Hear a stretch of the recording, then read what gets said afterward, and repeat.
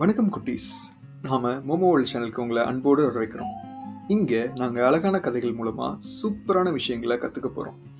இன்னைக்கு நாம பார்க்க போற கதை கண்டொன்று சொல்லேல். அதாவது பார்த்ததை பார்த்தபடியே சொல்லணும், எதையும் மாத்தி சொல்லக்கூடாது.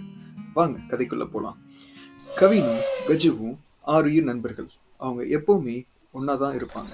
கஜு, என் மேல தண்ணி தெளிடா, இன்னைக்கு தண்ணி ரொம்ப ஜில்லுன்னு இருக்கு. கவின் நல்ல பையன்தான். ஆனா அவனுக்கு ஒரு சின்ன பழக்கம் உண்டு.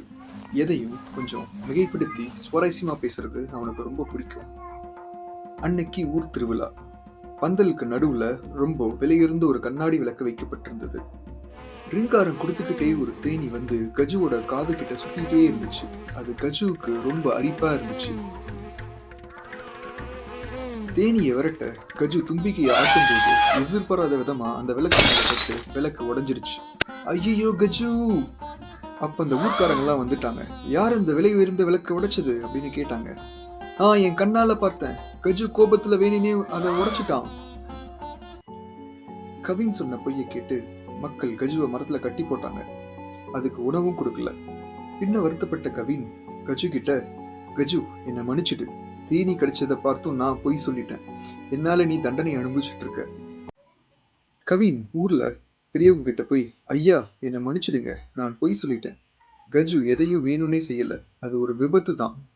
அதுக்கு ஊர் பெரியவர், கவின், ஞாபகம் வச்சுக்கோ, நம்ம கண்ணால பார்த்த உண்மையை என்னைக்குமே மாத்தி சொல்லக்கூடாது. கவின் தன் தப்ப உணர்ந்தான். பார்த்ததை பார்த்தபடியே சொல்லணும்னு கத்துக்கிட்டான். இந்த கதை உங்களுக்கு பிடிச்சிருந்ததா குட்டீஸ்? நாம ஒரு சின்ன ஆர்வத்துக்காக சொல்ற பொய் மற்றவங்களை எவ்வளவு காயப்படுத்தணும்னு இப்ப தெரிஞ்சுட்டு இருப்பீங்க. இனிமே நாமளும் கவின் மாதிரி உண்மையை மட்டுமே பேசணும், எதையும் மிகைப்படுத்தி பேசக்கூடாது. இந்த வீடியோ உங்களுக்கு பிடிச்சிருந்தா லைக் பண்ணுங்க, உங்க நண்பர்களுக்கு ஷேர் பண்ணுங்க.